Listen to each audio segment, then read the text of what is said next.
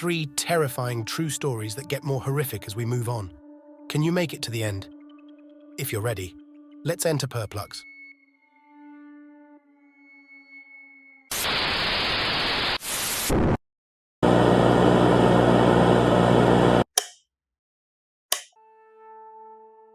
It all started with excitement. I moved into my new home in early July. The sun was bright, neighbors friendly, and I finally had a space to have my friends over. But the pain came when everyone left and I was all alone. I had always considered myself rational, a woman of science and skepticism. But here on my own, the creaks of the new house began to panic me a little. Despite this, I was still able to calm myself and get to sleep. That's until the noises got louder. It began subtly, with the soft patter of footsteps where no living person tread. I'd lie in bed, the darkness around me. I'd tell myself it was the house settling, or maybe just the wind, but I was just fooling myself. Then came the doors, their frames groaning in protest as they opened and closed with the gentleness of a whisper, yet loud enough to cause me great panic. It was the shadows that truly unsettled me. I noticed the first one as I woke up startled. I shot up in bed and looked towards the door. A pale outline shot across my vision and out through the window. I clearly couldn't explain this and needed answers. Driven by the thought that I was not alone in my home, I set up cameras. The idea came to me as a sudden inspiration, fueled by the countless stories and movies I'd consumed over the years. With these cameras, I would solve my problem. Either I would find proof of ghosts, or much more likely proof that I was dreaming it all up. The night I chose to confront my fears was like any other, marked only by the ticking of the clock as it inched closer to midnight. The house seemed to hold its breath, the usual creaks and moans subdued, as if it too awaited the stroke of 12. I watched from my bed, the glow of my laptop casting shadows across my face as the camera feeds filled the screen. Midnight struck, and the performance began. Footsteps echoed in the hallway, slow and deliberate, a morbid invitation for me to follow. Doors creaked open, pausing as if waiting for something, or someone. My heart raced, pounding against my ribs in a frantic rhythm. And then the shadows began their dance, contorting into shapes no shadow should assume. But it was the figure that froze my blood. Captured on the screen was a silhouette, unmistakably human, moving through my home with a purpose.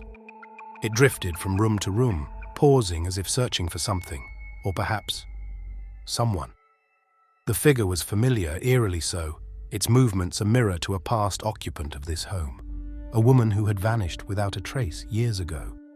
Her disappearance had become local lore, a story whispered at night to frighten and fascinate. Yet here she was, a ghostly presence in the home that was once hers. My rational mind screamed for a logical explanation, but deep down a primal fear took root. The figure moved with an intimacy that spoke of a deep connection to this place, her home, now mine. As the figure vanished from the screen, a cold realization washed over me. Her presence was tied to the house, and now, to me. I knew then that I had to uncover the truth of her disappearance, to unravel the mystery that had led her spirit to remain. But as I closed my laptop, the silence of the house weighed heavily upon me, a silent witness to the horrors it contained. I was no longer just an occupant. I was a participant in a story that had begun long before I arrived, a story that, I feared, I was far from understanding. As I lay in the darkness, waiting for dawn, the events of the night replayed in my mind. The footsteps, the doors, the shadows. They were not mere hauntings but messages, breadcrumbs left by a spirit bound to the mortal world by unfinished business. I resolved to follow these clues, to piece together the puzzle of her life and her disappearance.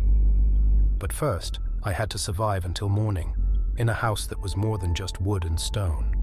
As dawn broke, casting a pale light through the windows, the house seemed to sigh, the oppressive atmosphere of the night lifting like a fog. Yet the memory of the midnight visitor lingered, a spectre that refused to be banished by daylight. I knew I couldn't let fear dictate my actions. I had to delve deeper. The following day was spent in the local library, poring over old newspapers and public records, searching for any clue about the woman who once lived in my home. Her name was Eliza, and she had vanished without a trace, leaving behind a family, friends, and a cloud of suspicion that had never fully dissipated. The more I read, the more I felt a connection to her, a bond forged by the shared space of our home. That night, as midnight approached, I found myself filled with a sense of purpose. I set up the cameras again, not just as a passive observer this time, but as someone seeking to communicate. I sat in the dark living room, the only light emanating from the glow of the laptop screen, displaying the live feeds from the cameras. "Eliza," I whispered into the stillness, "I want to help you find peace." The house responded. Footsteps echoed, more urgently than before. Doors swung wide open, as if in invitation. And then, she appeared on the screen, her figure more defined, as though my acknowledgement had given her strength. This time, I followed. With trembling hands and a heart heavy with anticipation, I moved through the house, guided by the sounds of her movements. Each step felt like a descent into a realm that blurred the lines between the living and the dead. In the basement, the center of the disturbances, I found her. Not just an image on a screen or a shadow in the night, but a presence so palpable, it raised the hairs on my arms. The air grew colder, the weight of her sorrow tangible in the space between us. "Eliza, why are you here?" My voice was barely a whisper, but it filled the silence with an intensity that seemed to resonate through the very foundations of the house. The answer came not in words, but in a flood of emotions and images that crashed into my mind. Desperation, fear, a betrayal so profound it had anchored her spirit to this world. Eliza had uncovered a dark secret, one that threatened to destroy her family. In her quest to protect them, she had been silenced, her disappearance a mystery left unsolved. I felt her plea for justice, for the truth to be revealed so she could finally find peace. The connection was overwhelming, a bond formed through shared determination and empathy. I promised her then, in the dim light of the basement, that I would uncover the truth, no matter the cost. Now I work tirelessly, piecing together the events that led to her disappearance.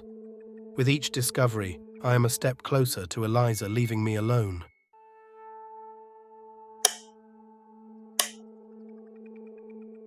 The day I brought the antique dollhouse into my home marked the beginning of my descent into a reality I could never have imagined.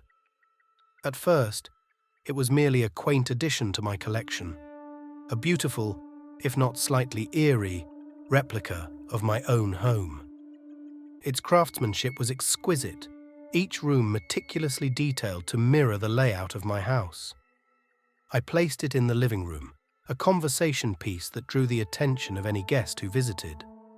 But not long after, I noticed oddities. It started with small, almost unnoticeable changes within the dollhouse, furniture slightly askew, objects misplaced. I attributed these anomalies to my own forgetfulness, convinced I must have moved them myself and forgotten. However, the changes grew more frequent, more blatant. The tiny living room chair, previously nestled in a corner, would be found at the center of the room, and the miniature books on the dollhouse shelves rearranged, mirroring the disarray of my own bookshelf I had yet to tidy. It was unsettling, but what truly sent a shiver down my spine was the day I discovered a new addition to the dollhouse, a doll intricately designed to resemble me. Its tiny clothes matched an outfit I owned, and its painted face bore an uncanny resemblance to my own features. I found it placed at the dollhouse's front door, its painted eyes wide, hands pressed against the glass as if desperate to escape something lurking within. I tried to convince myself there was a logical explanation, that perhaps I had purchased the dollhouse with this figure already inside and had simply not noticed it. But deep down, I knew this wasn't the case. The feeling of being watched, of not being alone, grew stronger with each passing day.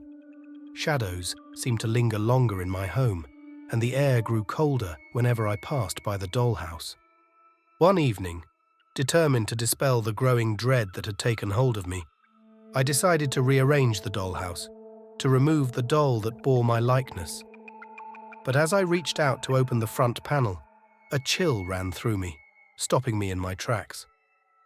The interior of the dollhouse had changed entirely. No longer did it mimic the cheerful, lived-in appearance of my home. Instead, it was dark, the walls painted a deep, suffocating black. The furniture was overturned, the miniature decorations scattered and broken. And the dolls. There were more dolls now, each positioned in a scene of horror, their painted faces twisted in expressions of fear and despair. But it was the scene at the top floor that held my gaze, rooted me to the spot in horror. The dolls were gathered around the tiny attic door, behind which something moved, something that was not supposed to be part of the dollhouse. A shadow, dark and formless, pressed against the thin veneer of the attic door, as if it were about to burst through. I stumbled back, the dollhouse suddenly feeling more like a prison than a toy. My home, once my sanctuary, now felt oppressive, the air thick with unspoken terror. Sleep eluded me, each noise in the night a reminder of the dollhouse's ominous presence in my living room. The next day, I awoke to find the dollhouse's front panel open, the doll that resembled me laying in the middle of the floor. From that moment, I knew I was no longer alone in my home.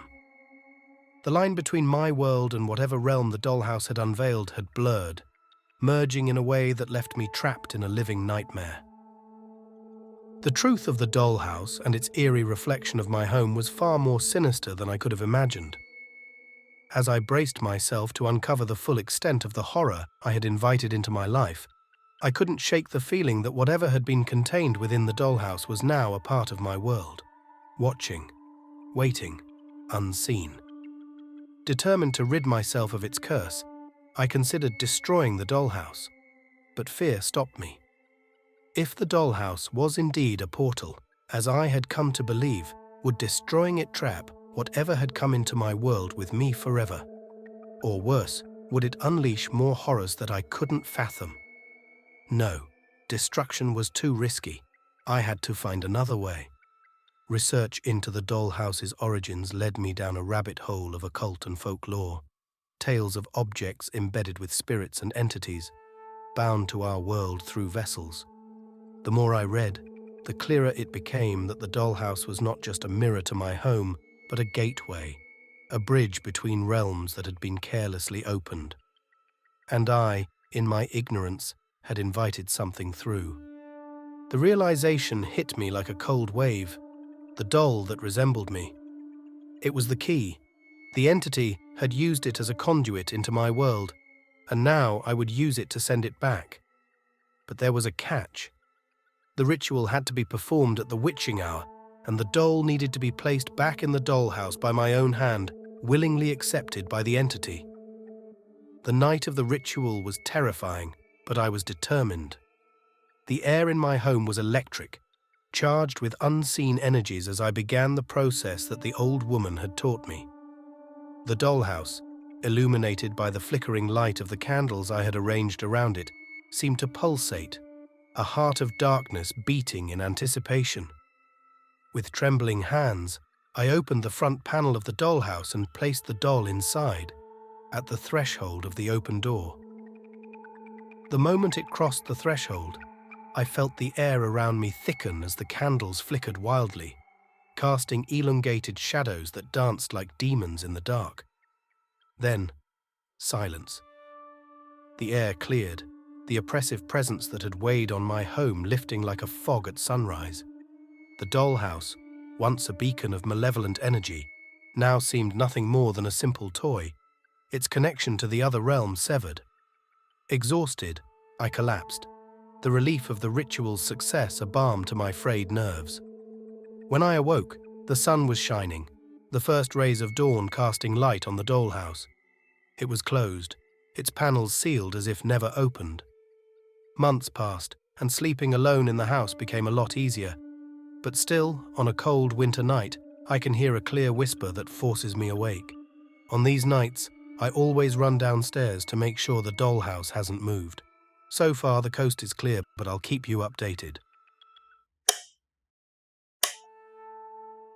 The first time I saw the face, I thought it was just a trick of the light. It was late, dark and wet outside. I was walking through the living room, heading to the kitchen for a glass of water when I caught it. A glimpse of something in the window. A distortion, like a face pressed against the glass from the outside. I froze, my heart hammering in my chest, but when I looked again, it was gone. I managed to convince myself it was nothing, just the reflection of a tree branch, or perhaps the remnants of a dream lingering on the edge of my consciousness. But the face returned the next night, and then the next. Always in a different window, always gone by the time I took a second look. It was never clear, always just a blur of features, its mouth agape as if screaming a warning or a plea for help I could never quite hear. I tried to document it, of course. I set up cameras, hoping to catch a glimpse of whatever was haunting me, to prove I wasn't losing my mind. But the face was cunning. It never appeared where I expected it, always just out of frame, leaving me with hours of footage of empty rooms and silent nights. The isolation began to wear on me. Friends stopped visiting, driven away by my obsession with the face and the increasingly erratic behavior it provoked. I couldn't blame them. I wouldn't have believed my story either. Who would? A face that appears at random, visible only to me, never leaving evidence of its existence. It sounded like madness even to my ears.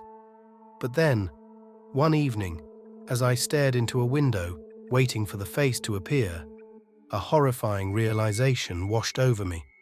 The face wasn't outside. It couldn't be. The windows showed no sign of disturbance, no fingerprints, no condensation from breath. No, the face was inside, reflected at me by the glass. It was a presence in the house, moving unseen, communicating through reflections. Panic set in then, a cold dread that wrapped around me. My home, my sanctuary had become a prison, and I was not alone. I spent the next few days tearing through the house, opening every door, checking every closet, looking for any sign of someone else living with me. But I found nothing. No evidence of an intruder, no secret compartments or hidden doors. Just an ordinary house, filled with ordinary things, and something extraordinary that refused to be found. The face continued to appear, growing clearer with each visit. I could see pain in its eyes now, a deep, soul-crushing despair that mirrored my own growing horror. It was trying to tell me something, I realized. It needed me to understand, to help. But what was I supposed to do? How do you help a ghost, a spectre, a figment of your imagination? Desperate for answers, I began to research the history of my house, digging through property records, old newspapers, anything that might tell me about the people who lived here before me. It was a long, painstaking process, filled with dead ends and false leads. But eventually, I found something. A story buried deep in the archives of a local newspaper, a tragedy long forgotten by the world. A family had once lived in my house, a young couple with a son. They'd seemed happy by all accounts, the picture of suburban bliss. But one night, that bliss had been shattered. A fire, quick and merciless, had consumed the house. The parents had escaped, but the son had perished, trapped in his room by flames that left nothing behind. I felt a chill run down my spine as I read the article, the pieces clicking into place with a grim inevitability. The face in the window, the presence in my home, it was him. The boy who had died in the fire, reaching out across, seeking solace, seeking release. Now, armed with the knowledge of his tragic fate, I knew what I had to do. I had to free him, to give him the peace he'd been denied in death. I threw myself into every conceivable method to banish him from my home. I tried rituals found in ancient books, and even enlisted the help of a local medium. Despite my efforts, the face continued to appear, always watching, always filled with that same indescribable mix of sorrow and desperation. I made the heart-wrenching decision to move. The process was a blur, each box packed a testament to my defeat. When I finally settled into a new place, miles away from the home that had become a prison, I felt a tentative hope begin to blossom in my chest. Weeks passed, and I began to let my guard down, to believe that I had left the haunting behind with the old house. That belief was shattered when my friend Mark stayed over one night. I woke to find a figure standing at the foot of my bed, the moonlight casting its features in a hauntingly familiar silhouette. "Mark, I scared you so good, didn't I?" Mark replied. "I just wanted to know if you had a spare blanket." Anger surged through me. I lashed out at Mark and ordered him to leave, only to find him genuinely bewildered by my reaction. The next night, alone once more, the terror returned. This time, there was no mistaking it, no friend to blame. The boy was back, his presence undeniable. The realization hit me like a physical blow, leaving me breathless with fear. This wasn't a problem confined to a location. It was attached to me.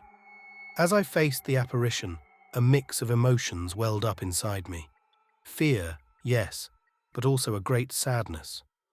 The boy's eyes met mine, and in them I saw no malice, but a deep, unending loneliness. A soul reaching out across the void for connection, for acknowledgement. I wanted to speak, to ask why, to demand what it was he sought from me, but the words died in my throat. The moment stretched out until, with a shiver that ran through the very air of the room, he vanished. The silence that followed was oppressive, a physical weight that pressed down on me. I was left to grapple with the reality of my situation, with the knowledge that there was no running from this. The boy, whatever his reasons, had chosen me, and I was bound to him by threads I could neither see nor understand. The questions that night left me. Why me? What was it about me that had drawn him in, that kept him returning even after I thought I'd escaped? And, most chillingly of all, what did he want? These questions haunted me in the days that followed, a constant thought in the back of my mind. I found myself glancing over my shoulder, jumping at shadows, waiting for the next appearance. But it never came. The boy remained absent, for now. I'm currently putting the finishing touches on the next horror story video just like this one. When it is complete, it'll be found right here.